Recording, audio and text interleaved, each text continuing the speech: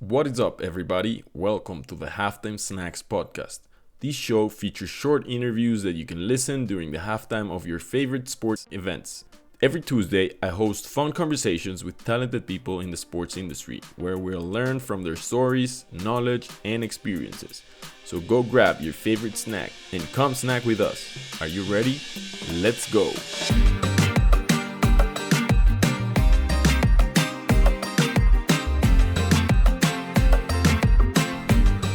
Sports is one of the best ways to connect with other like-minded people and keep us healthy. And I'm so excited to introduce a tech entrepreneur who's helping others create an impact in their communities through making sports activities more accessible and generate revenues from it. He is one of the co-founders of Game on Active.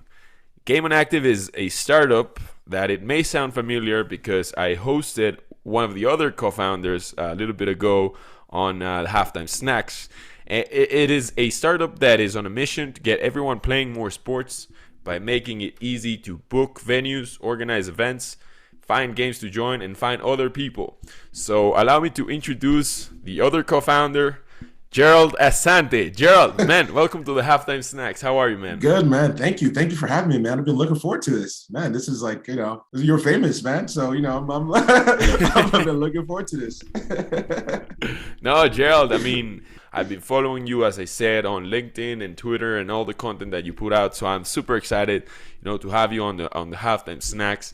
And I always kick it off with a fun icebreaker to get us talking. So the one I prepared for you is that I want to ask you, what is your favorite TV show of all times? My favorite TV show of all time, I would say The Office. I love The Office.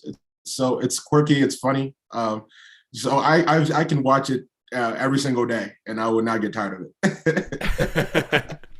That's a great one. My favorite one is Westworld. Not sure if you're familiar with it. I've HBO. seen that. Yeah. Yeah, that blew my mind, and it's my favorite TV show of all times. But good to know. The Office, the thing with The Office is that I've never seen all of it. Like, I've seen, chapters here and there. Because the good thing is that you don't need any context of the previous episode to understand the episode that you're watching. So, yeah, I'm a big fan of it as well. Gerald, it's a pleasure to have you here in the Halftime Snacks. We're going to be discussing so much about you and about Game on Active and everything. So, but what about we start, by understanding who you are. Tell us a little bit about you and your background. How are you tied to sports? How are you tied to technology? And also how you got tied to Game on Active. I want to hear the story because I think it's a very interesting one, and the listeners would want to understand how exactly you got there. Yeah, absolutely, man. And again, thank you for having me on. I've been looking forward to this. But yeah, I'm Gerald Asante, co-founder of Game on Active. I grew up in Brooklyn. I was, went to Fordham University, got a computer science degree, started as a tester, and then eventually made my way into product management.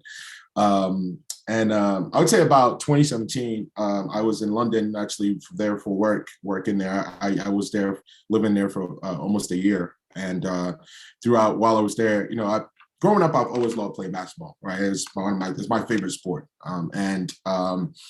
I was in London and I didn't really know anybody. It was I think my second time there. That's certainly my first time there as a long-term resident, but my second time there. And I was looking for sort of like friends to make and like hot play basketball and also use it as a way to work out, because I hadn't worked out in a while. And one day I was at a barbershop. I just got a new haircut. I don't have a haircut now, so ignore my, But I was on the way home, and I see these guys with a basketball just heading to the tube, and this was, I think, in Hoxton, and one of the guys was Jimmy, my co-founder, and Fab was our former co-founder was there as well. And I immediately ran to them and was like, "Hey guys, where do you usually play? I've been looking to play basketball all week. Like, where do you normally play?" And they were a little startled because they were like, "What was this random guy asking us about basketball?" And Jimmy handed me this card. It was like the kind of like a card with like a link to like where to go and sign up for the next game. I think they played it like every Wednesday night or Tuesday night, and so immediately I go home and I check out this website, and it's kind of like a map with like dots on it, and it's like, oh, this is where you sign up. These are our games, and it was like maybe 2 dots on it at the time or so.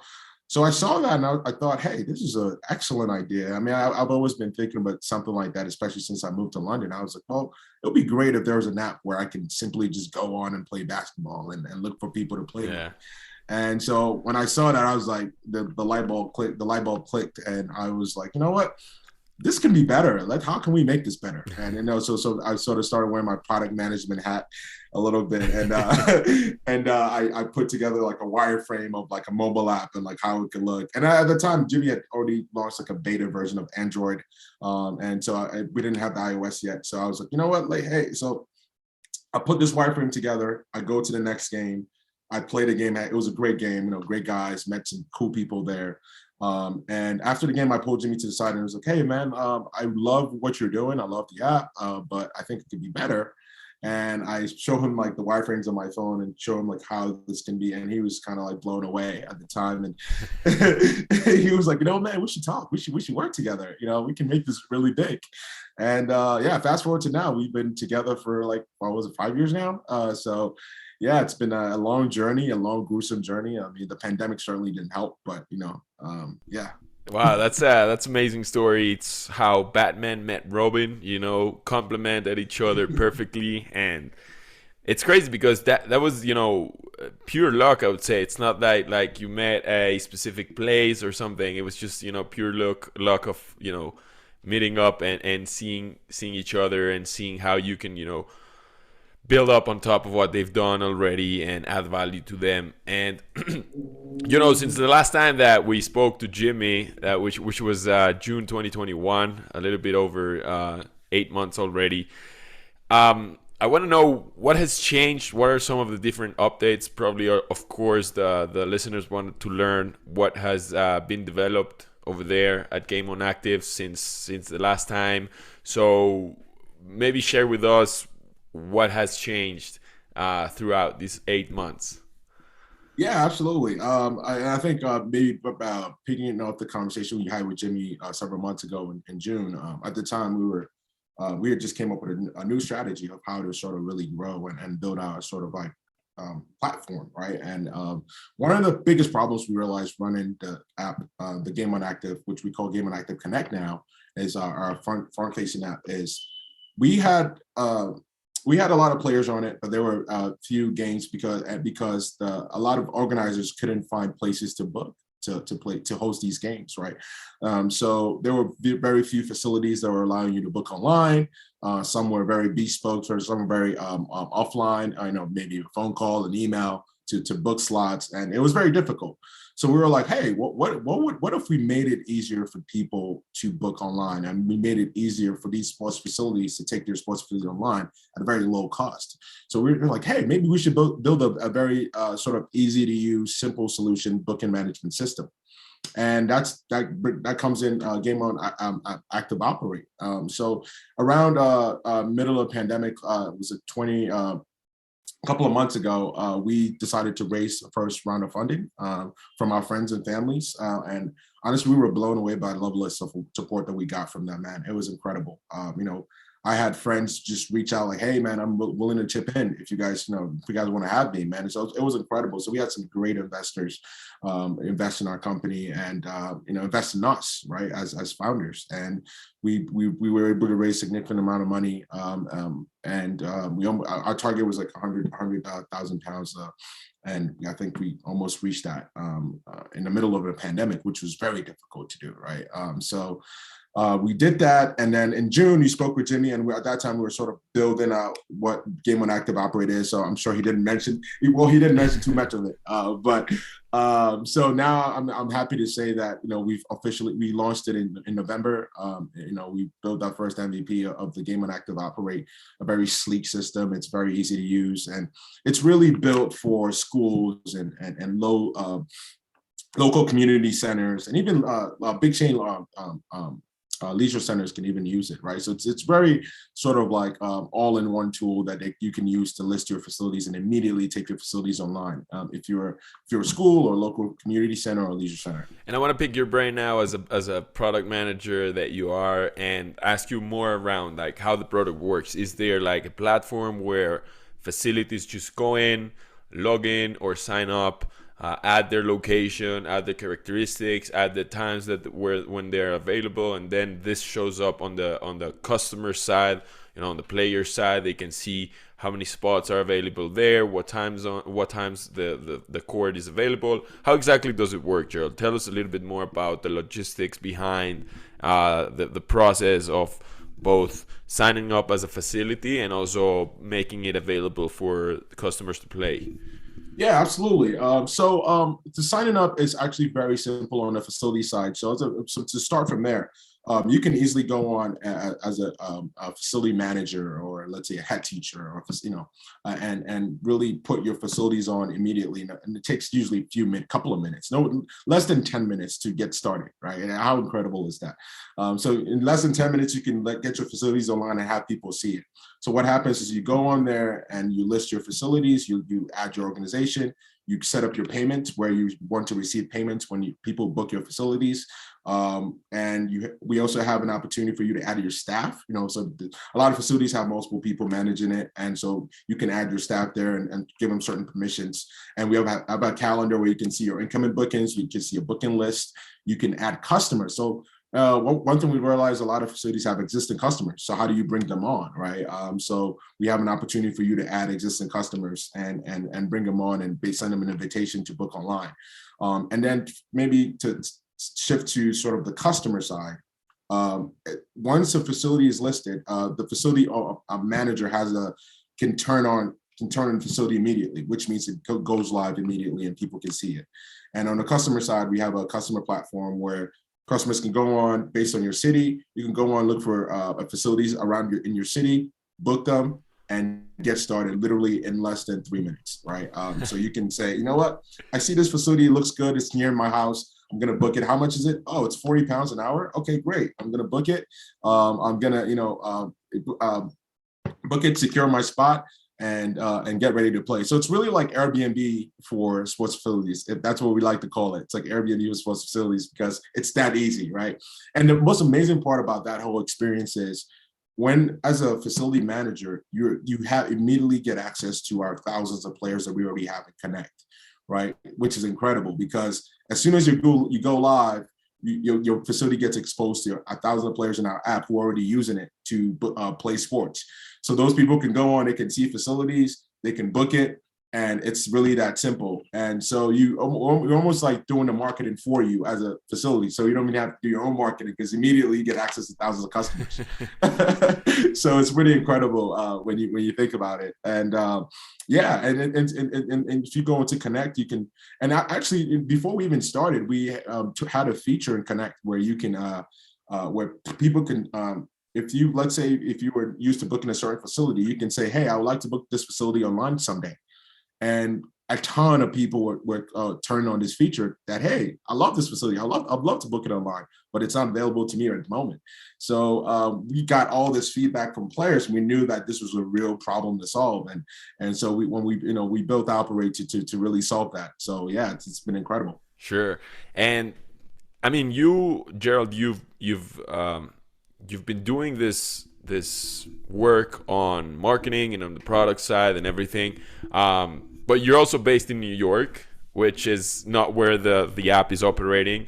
And I find it fascinating because it's just proof that we're moving forward. The world is moving forward. We can start and build startups and build companies, with people from all over the world, which is amazing. And I'm sure, like all the listeners, and I'm curious, how exactly do you do it? You also keep a side job, and you keep it up with Game On while you're in New York. So I want to maybe like talk and hear on how you do it. How exactly have you managed your time to execute and know what the priorities of Game On Active are, how you keep in touch with Jimmy and the team. So tell us a little bit more about how you've been executing your role at Game On Active, even from New York. Yeah, absolutely. It's been certainly, I love how you say, like this nowadays you can really work from anywhere and you can sort of contribute and add value from anywhere, right, around across the world, which is incredible. And thanks to technology. But I think it also has its challenges, and I try to be in London as often as I can. But as an early stage startup, where it's really about the hustle and the grind. So it's really about how do I, from afar away, how do I tell a story of Game on Active and what we're trying to really do? And that's really what our marketing is curated around, right? It's like telling a great story. And so if you look at my LinkedIn, it's always about, I'm always telling a story about this or that, or how Jimmy and I met, or, just always sort of crafting the story to really get people engaged with us. And, I think marketing, the way I see it now, is really about, look, it's not about, when people think of companies, they think about the people behind the companies, right? It's not really about the company itself. It's about who are these people and can we trust them? And so how do you trust person by, and it's really telling the story and getting people to know who you are and getting people to know what you guys are like. Why did you build this? Like, why do I care? Why should I care? Right, as a customer. So if you can tell the story and sort of put yourself in front of your company and really tell your story, it reflects back on the company and what you guys are building, and just sort of builds more of a genuine trust between you and your customer. So that's really what I've been trying to sort of hone in on, both on the operate side, which is this complete B2B sort of focusing on school leaders and the facility managers, et cetera, versus a connect side, which is more players, basketball, organizers, coaches, trainers, et cetera. So there's been some challenges. I mean, Jimmy and I try catch up several times a week. We always sort of, we brainstorm. We have like we have a board, or sort of a management board where we sort of manage what our task and what we're doing. And so, but, there's certainly some challenges with us not being in the same country or city, but certainly we try to make it work and we try to hustle as much as we can. And Jimmy, is a trooper, man. I mean, he's on the ground, sort of like running games and doing a lot of different things, running our tech at the same time, and also managing sort of inquiries from some of our customers, and we're all sort of doing our part to make sure this grows and this gets bigger. Yeah, That's awesome. That's awesome, Gerald. And what I recognize a lot about you guys is that you are trying to combine two very very key elements in life, and one of them is health and the other one is social health, meaning getting together, making new friends, meeting new people. I always say that right after college it's harder to meet new people and make new friends. So what I love about you guys is that you guys connect those two things, the social and the health element. And I wonder, like, what do you see? I see you make tons of takes on grassroots sports, and you put lots of comments and opinions and good content on that on your LinkedIn and your Twitter page. I wonder what's your take on social fitness. Where is it going eventually? Do you think that people are going to be more driven to working out socially than just going to the gym, or do you see the trend just complementing that side of the equation? Like, how do you see social fitness developing in the next couple of years? Yeah, absolutely. I think that's a great question. And I think, one, if you think about where we are today with especially sort of heading into like that metaverse, right, where everything is so digital and virtual. How do we sort of balance that with sort of like physical interaction and sort of social interactions with each other? And that's where I think Game On really can play a tremendous role in the future. Is while everyone is on the metaverse, there's still Game On, which brings people together in person, right? And as much as we want to go digital and virtual, at the end of the day, we're human beings, man, and we need to be social. We are social beings. We need to be around each other. And one of the most organic ways of being around each other and really working together and meeting people is through sports. Like I would say 80 to 90% of my friends through sports, right? And just either being in college, playing a basketball court, playing together, and then after it's like, hey, you want to go for a beer? Oh yeah, let's go for a beer. Yeah, why not?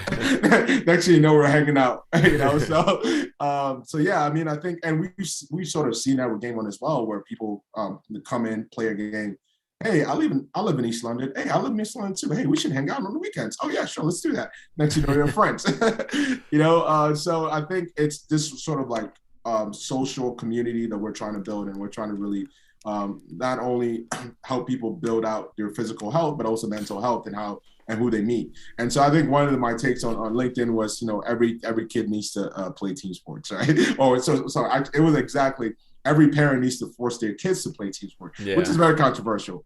But I think my the reason behind my take is team sport is one of the one of the best things that allows kids to build this sort of way of getting along with other people, right? If you think about building habits, when you build habits, it's usually better to build habits as a kid than an adult. It's very difficult to build new habits as an Yeah. adult, right? And so if you can sort of have kids build a habit of being around each other, and also team sport teaches you about leadership, communication, teamwork, and like I said, you know, being able to work with other kids and other human beings, because that's going to be a lesson that's going to take you further as an adult, right? When you get into the real world, then you have to work with people that you may disagree with, or people that come from different backgrounds as you, right? The same Yeah. way Jimmy and I met, you know, Jimmy's a guy from Hong Kong. I'm a guy from, you know, black guy from New York. And how do you guys meet? And everyone's always baffled every time we're like, oh, we're a co-founder. They're like, wait, how do you Yeah. guys meet? You know what I'm saying? But the fact that, you know, we have this sort of personality where we can be selfless and be able to work together, you know, regardless of different backgrounds and whatnot, is really what keeps us going. And I think that's what we're trying to build in the grand scheme of Game On is bring people together, man, and then build this sort of community of healthy people.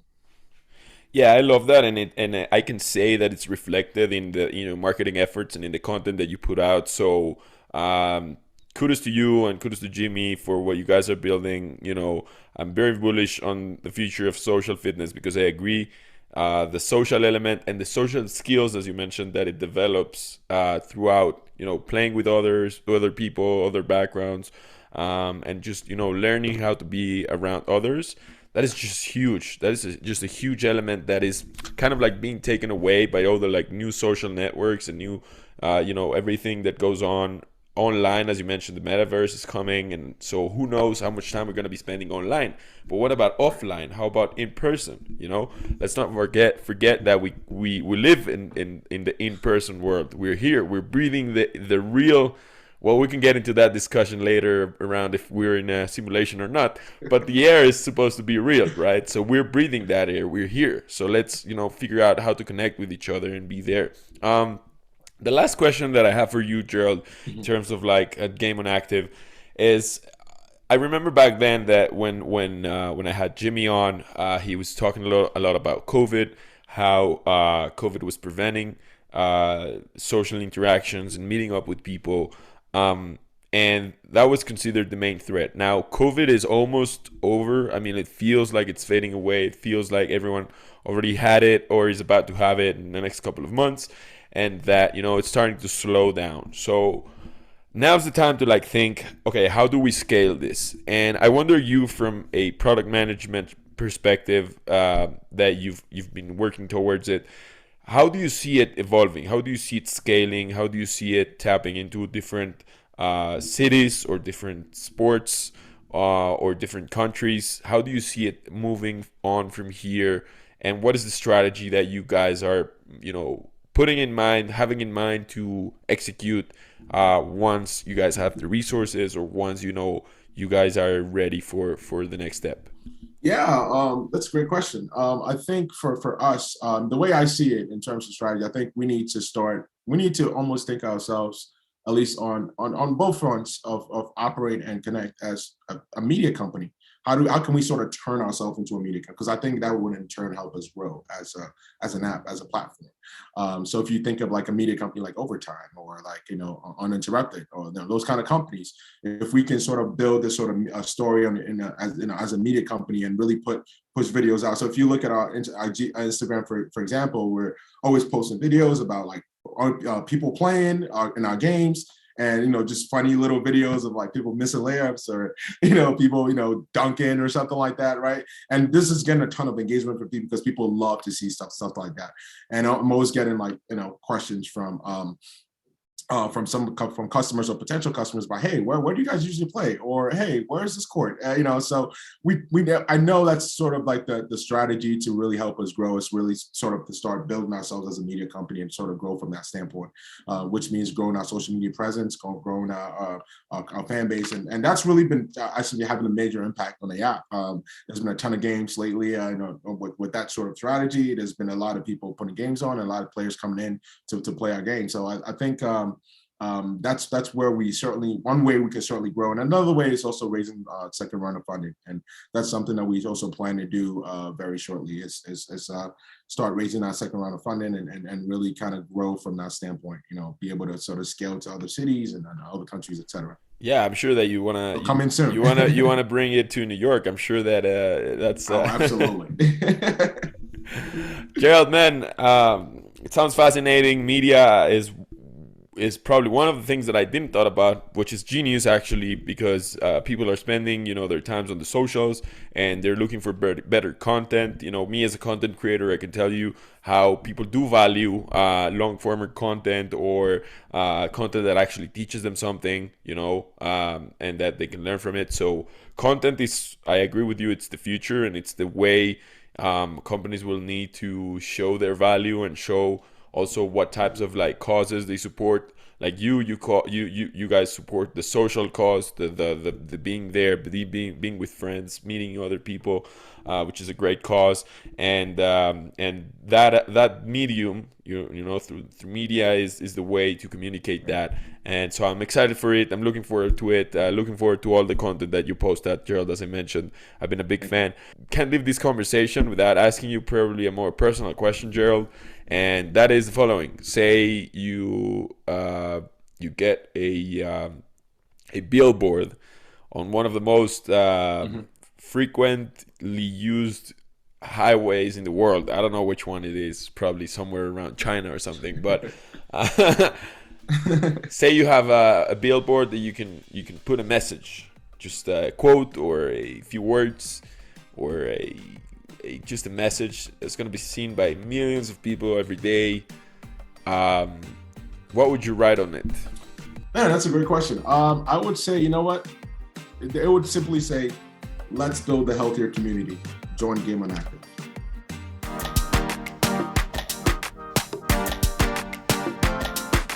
Thank you very much for tuning in. If you enjoyed this episode, hit the subscribe button and leave a review on Apple Podcasts. If you enjoy learning about the business and technology behind sports, make sure you subscribe to the Sports Tech Biz newsletter. I'll leave the link in the show notes. See you all next week. Bye-bye.